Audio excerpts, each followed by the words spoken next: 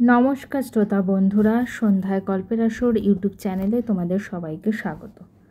আজকের গল্প শেষ অঙ্ক কলমের ইমিতাকর। যাই হোক, খাওয়া দাওয়া শুরু হলো। লনের একধারে থরে থরে সুস্বাদু খাবার সাজানো, ধবধবে সাদা প্লেটে ইচ্ছে মতো খাবার তুলে নিয়ে সবাই খেয়ে চলেছে। ছোট ছোট জটলা হাসাহাসি চলছে। ছেলেরা নিজেদের বৃত্তে গল্পে মশগুল। মাধবীলতা একটু একা, কারোর সাথেই খাপ খাওয়াতে পারছে না। অতনু তার দিকে ফিরেও তাকাচ্ছে না। এমন সময় অতনুর এক বন্ধু মাধবীলতার কাছাকাছি আসে। ম্যাডাম, একবার এদিকে আসুন তো, অতনু আর আপনার সাথে আমাদের কথা আছে। মাধবীলতা ঘাবড়ে গিয়ে ভদ্রলোককে অনুসরণ করে অতনুর মুখোমুখি দাঁড়ায়। অতনুর প্রায় 8-10 জন বন্ধু সেখানে গোল করে ঘিরে দাঁড়িয়ে আছে, সকলের হাতে খাবার প্লেট। সেই ভদ্রলোক বললেন, অতনু শালা, তুই এবার বল কবে খাওয়াবি? তোর বউ সাক্ষী থাকবে, বিয়েতে ডাকলি না, ছেলে মেয়ে হলো না যে অন্নপ্রাশনে খাওয়াবি।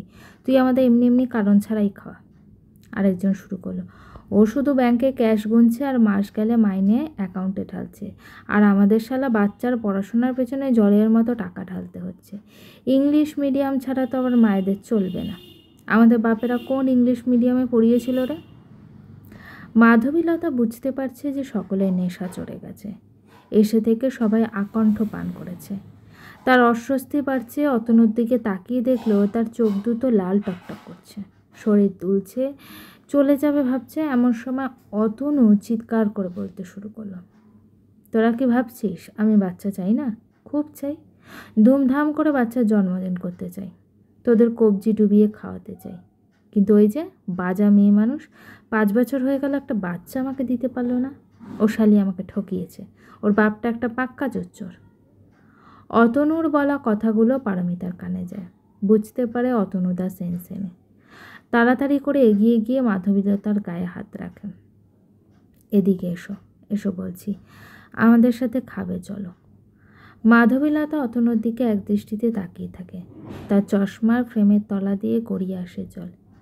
সেদিন মাধবীলতার খাওয়া হয়নি। চলে আসার সময় কেউ তাকে আবার আসবে বলার সাহসও পায়নি। নীলাঞ্জন নিজের গাড়িতে ড্রাইভার দিয়ে অতনু আর মাধবীলতাকে বাড়ি পাঠিয়ে দিয়েছিল। গত 5 বছরে অতনুর কলকাতার আশেপাশে ট্রান্সফার হয়েছে, তাই তাকে আর বাড়ি ছাড়তে হয়নি। মাধবীলতাকে পেয়ে অতনু অশান্তি কি শান্তি না পেলেও তার মায়ের খুব সুবিধে হয়েছে। মা মাধবীলতাকে বড় ভালোবাসেন। এত নির্বিবাদী এ যুগের মেয়ে হতে পারে তার জানা ছিল না। অতনুর সীমাহীন অমানবিক আচরণের কোনো প্রতিবাদ মাধবীলতা একটা দিনের জন্যও করেনি। সে শুধু জানে তার ফেরার পথ নেই। যেভাবেই হোক তাকে এই বাড়ির মাটি কামড়ে পড়ে থাকতে হবে। যাই হোক, গত রাতের ঘটনায় অতনু মনে মনে অনুতপ্ত। সে বুঝেছে বন্ধুর বাড়িতে গিয়ে নেশায় আচ্ছন্ন হয়ে মাধবীলতার প্রতি অশালীন মন্তব্য করে সকলের সামনে ওকে নয়, নিজেকে সে ঢের বেশি ছোট করেছে। তবে এটা ঠিক, ওই ঘটনায় অতনুর ভেতরটা বন্ধুরা দেখে ফেলেছে। তার ভেতরের চাপা যন্ত্রণা গলগল করে বেরিয়ে এসেছিল। মোবাইলে বন্ধুদের ফোন আসতে শুরু করেছে 2-1 দিন অন্তর। অনেকে বড় ডাক্তারের রেফারেন্স দিল, অনেকে টেস্ট করিয়ে প্রকৃত ত্রুটি কার সেটা জানতে উপদেশ দিল। আবার কয়েকজন পরামর্শ দিল ওসব ডাক্তার বদ্যি ছেড়ে সোজা একটা বাচ্চার দত্তক নিয়ে নেয়। কার কোন আত্মীয় দত্তক নিয়েছে, কি কেভাবে কোথা থেকে দত্তক নিয়েছে সে কথাও বলে দিয়েছে। অতনু তো মহাধন্দে পড়ে গেল। কি করা উচিত বুঝতে পারল না। তবে এটা ঠিক, একটা বাচ্চা তার পরিবারে খুব দরকার। মা বাবার বয়স বাড়ছে, তারাও আশা করে বসে আছেন। কিন্তু এ ব্যাপারে মাধবীলতার মতামত না নিলেও চলবে না। দত্তক নিতে গেলেও তার মতামত বিশেষ দরকার। অগত্যা মাধবীলতাকে ডাকল অতনু। তোমার কি আরও চিকিৎসা করানোর ইচ্ছে আছে? অনেক তো হলো। মাধবীলতা থতমত খেয়ে গেল। অনেক হলো মানে? এবার কি সে হাল ছেড়ে দেবে? তাহলে তো কোনো দিনই কোনো আশা থাকবে না। মানে মানে ওষুধ টষুধ খেয়ে কোনো লাভ তো হচ্ছে না, শুধু কারি কারি টাকা নষ্ট হচ্ছে। তাই তাই কি মানে? অনাথ আশ্রম থেকে দত্তক নিলে কেমন হয়? মাধবীলতা এমন কিছুই ভাবেনি। সে শুধু ভাবলো দত্তক বাচ্চা নিলে তো তার বদনাম ঘুচবে না। সারা জীবন তাকে অতনুর ঘৃণা নিয়ে বেঁচে থাকতে হবে। তাই সে বলে ফেলল, অলি বলছিল মাদ্রাসে নাকি খুব ভালো ট্রিটমেন্ট হয়, একবার গেলে হয় না?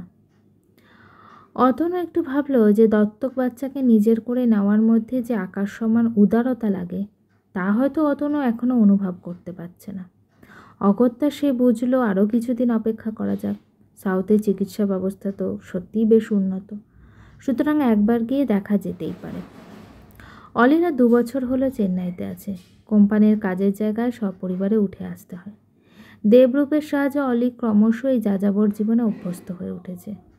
এর মধ্যে 6 মাস আগে অলির দ্বিতীয় কন্যা সন্তানটি পৃথিবীর আলো দেখেছে। এবার আর অলি কলকাতায় যায়নি, চেন্নাইয়ের হসপিটালেই মেয়ে জন্মেছে। দেবরূপের মা বাবা এসে মাস 3 টানা ছিলেন।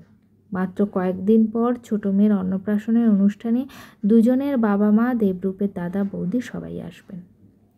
মা পরদিন সকালে মা অলিকে জানালেন, অলি, তোর দাদা বৌদিও আমার সাথে যাচ্ছে। অন্তু আজ বলতো যে কাকে দিয়ে যেন টিকিটের ব্যবস্থা করেছে। অলি তো আকাশ থেকে পড়ল। দাদা অফিস কামাই করে বৌদিকে নিয়ে তার মেয়ের অন্নপ্রাশনে আসছে। ঠিক বিশ্বাসযোগ্য হলো না। সন্দেহের গলায় বলল, ঠিক শুনেছ। হ্যাঁ রে, ঠিক শুনেছি। লতা বলল ওরা দিন 7 তোর ওখানে থাকবে, চিকিৎসা করাবে। কিসের চিকিৎসা? ওই বাচ্চা কাচ্চা কেন হচ্ছে না তাই, ওদের একটা বাচ্চার খুব দরকার।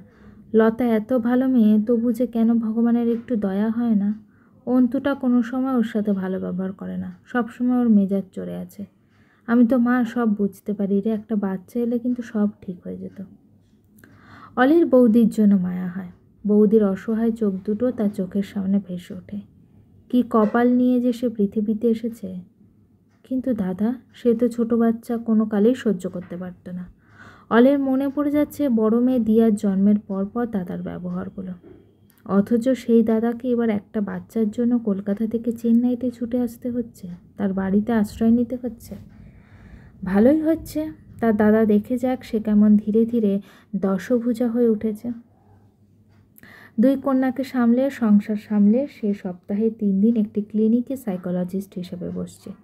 তার সেই বাংলা মিডিয়ামের বোকা বোনটা এখন ঝরঝরে ইংরেজি বলতে শিখে গেছে।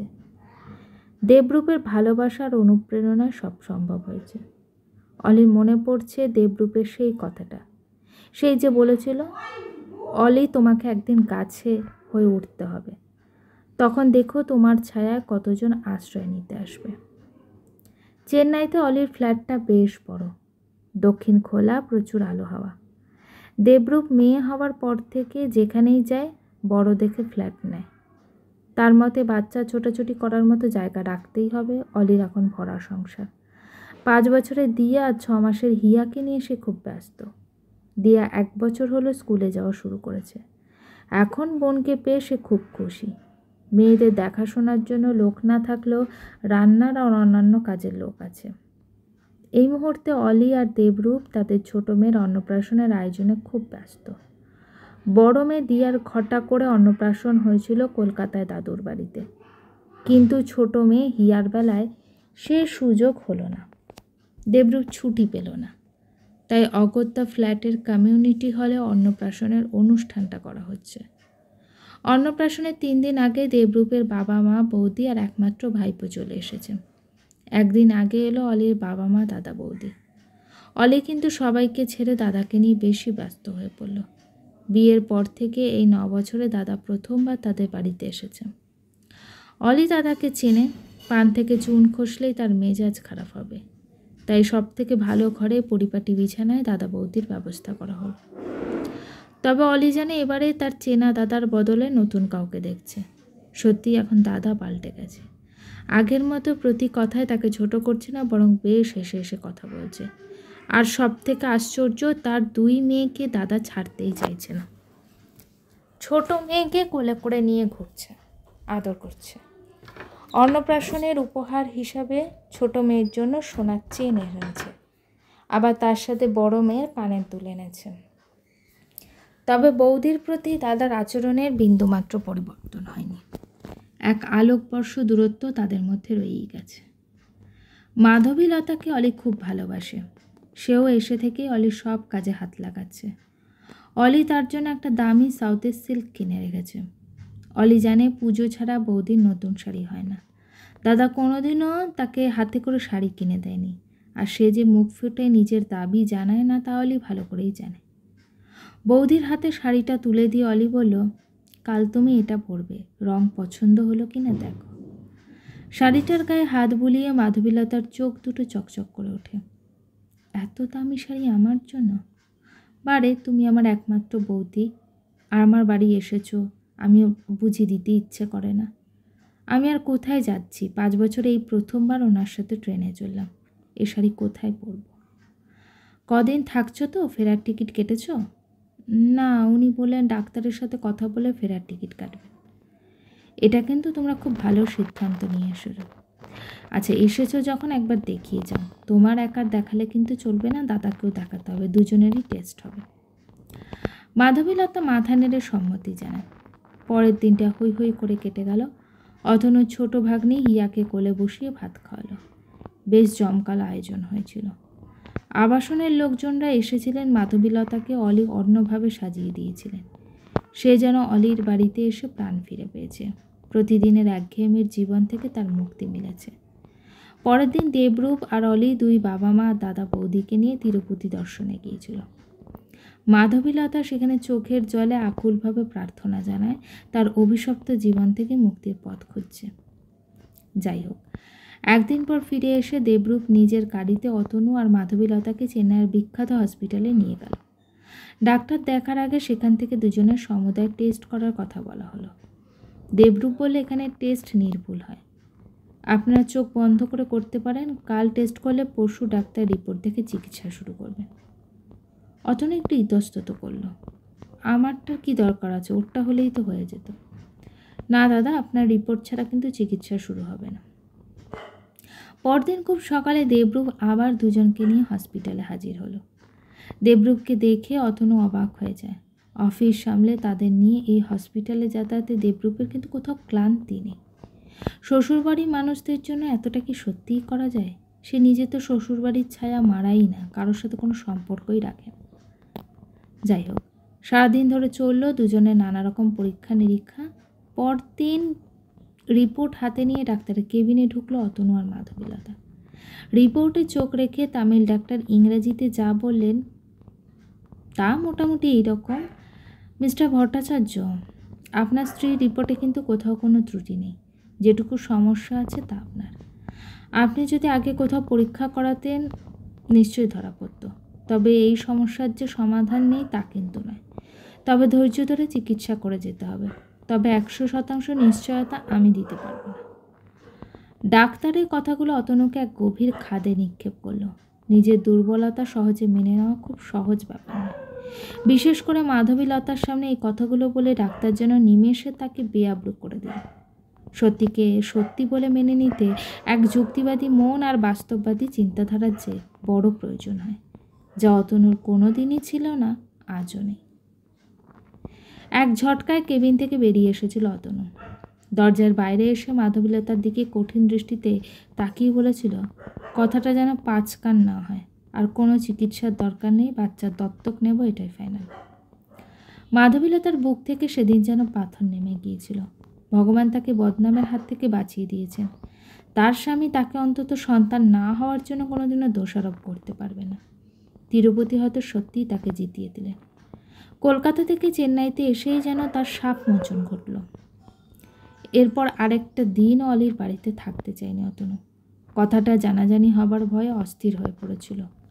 যদিও মাধবীলতা এ কথা কখনো কারো কাছে প্রকাশ করেনি, তবু কথাটা জানাজানি হয়েছিল। ডাক্তারের অ্যাসিস্ট্যান্টের সাথে দেবরূপের বিশেষ পরিচিত ছিল। কিছুটা সন্দেহবশত জিজ্ঞেস করতে পেরে তার মারফত দেবরূপ সত্যিটা জানতে পেরেছিল। অফিসের কাজের সমস্যা হচ্ছে এই অজুহাতে মাধবীলতাকে নিয়ে তড়িঘড়ি কলকাতার ট্রেনে উঠে পড়েছিল অতনু। বাবা মা বেশ কিছুদিন অলির বাড়িতে থেকে কলকাতায় ফিরেছিলেন। অতনু এবার বাচ্চা দত্তক নেওয়ার জন্য উঠে পড়ে লাগলো। সে আর কোনো ডাক্তারের মুখে নিজের দুর্বলতার কথা শুনতে রাজি নয়। তবে মাধবীলতার প্রতি তার আচরণের কিছুটা পরিবর্তন ঘটল। যাই হোক, বন্ধু বান্ধবের মারফত নানা জায়গায় খোঁজ সে পায়, কিন্তু দত্তকের পুরো পদ্ধতিটা যে এত জটিল এবং সময় সাপেক্ষ অতনুর ধারণা ছিল না। চাইলেই কি আর পরের সন্তানকে নিজের করা যায়? তার জন্য মানসিকভাবে প্রস্তুত হতে হয়।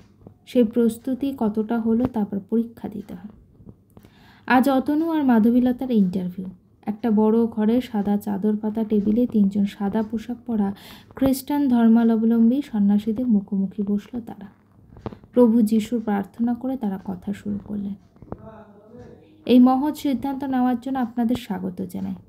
আপনাদের প্রথম প্রশ্ন, আপনারা কেন এমন সিদ্ধান্ত নিলেন? আপনাদের কি নিজেদের সন্তান হবার কোনো সম্ভাবনাই নেই? অতনু অকপট জানায়, নেই, তাই এই সিদ্ধান্ত।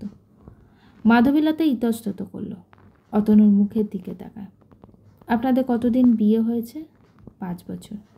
কি সন্তান চান, ছেলে না মেয়ে? ছেলে। সন্ন্যাসীরা পরস্পরের দিকে মুখ চাওয়াচাওয়ি করলেন। তারপর মাধবীলতার দিকে তারা তাকালেন। আপনি কি চান? আমি? মাধবীলতা অতনুর মুখের দিকে তাকায়, তারপর একটু থেমে বলল, আমি শুধু মা হতে চাই। গত 3 বছর অনেক চেষ্টা করেও হতে পারিনি। মাধবীলতার চোখ দুটো ছলছল করে ওঠে। সন্ন্যাসীরা তার মুখের দিকে তাকিয়ে মৃদু হাসেন। এবার হতে পারবেন, তবে আমাদের এখানে সন্তানদের দেখে পছন্দ করার নিয়ম নেই। ঈশ্বর আপনাকে ছেলে মেয়ে যা দিতেন তাকে আপনারা মাথা পেতে নিতে হতো, তাই তো? এখানেও তাই নেই। অতনুর তাদের কথা পছন্দ হলো না। সে ভেবেছিল ছেলে সন্তান নেবে, কারণ মেয়েদের প্রতি পদে পদে ভয় থাকে, বাবা মাকে সবসময় সজাগ থাকতে হবে। কয়েকটা ফর্ম অতনুর দিকে এগিয়ে গিয়ে সন্ন্যাসীরা বললেন, আমাদের কথা রাজি থাকলে ফর্মগুলো ভরে দিন।